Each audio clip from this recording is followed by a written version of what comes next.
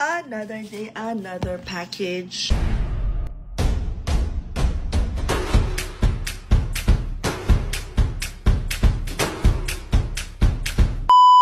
This is from Wosado. May competition na nagaganap doon sa mga nagbebenta na yung magnetic lashes. The other day, I posted about itong mumurahing nakuha ko na parang tig 200 lang ata siya. Let me show you exactly what's happening doon sa mura na falsies. Nasusuot ko siya ng 8 to 12 hours tops. Goods na goods ako. I feel so comfortable. Ako pa rin siya nilagay sa lalagyan ng Wosado, but nasisira yung magnet niya, girl. Wasak-wasak na talaga.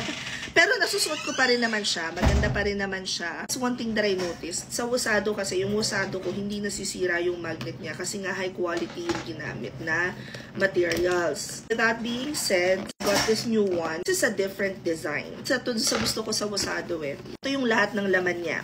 Yung lashes, eyelash curler, eyelash fixer, pouch. Completos recados. Unlike the other one, di ba tandaan nyo, medyo chipanga na plastic lang and all. Let us check kung ano nga ba ang meron sa Wosado na to ngayon. Yung kung buksan yung eyelash curler niya. What if ipag-giveaway ko yung eyelash curler? What do you guys think? I-comment nyo nga dyan kung gusto nyo. Kasi meron na ako eh. From the old package. And ang ganda niya, girl, oh. The quality of this curler. Unparalleled. Uy! So this is the free magnetic air lash. This time, medyo bold na yung design na pinili ko. And when I say bold, inside this box, instruction. And then when you open it, pack na yan na yung magandang lalagyan. Oh. And then per use, eto na yung magandang klase ng clipper. So that's that. Ito na tayo sa main event. As instructed, sabi dito, i-curl lash muna, kunin to, tapos ito.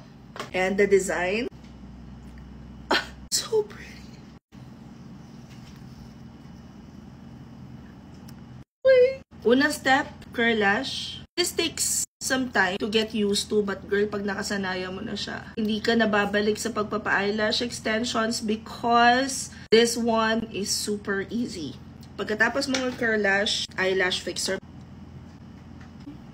For the main event, we get the clip. High quality talaga ng Wosado versus yung ibang nakikita natin na mura sa market. Tigas yung lashes nito, which is something na maybe they can work on. Yung manipis na side sa baba, yung makapal na side ang sa taas. Kailangan nakatalikod, like so. Pak, ganyan na. Mirror, ay, papa yung paa mo. Mirror, pak. Okay, so, ito, wala. Ito, meron. You like it? Okay, so pareho ng ice ko ang meron. Although, parang napansin ko ang challenge nito. Mas mahirap siyang ikabit. Probably because it's new, but girl, I mean, take a look at that.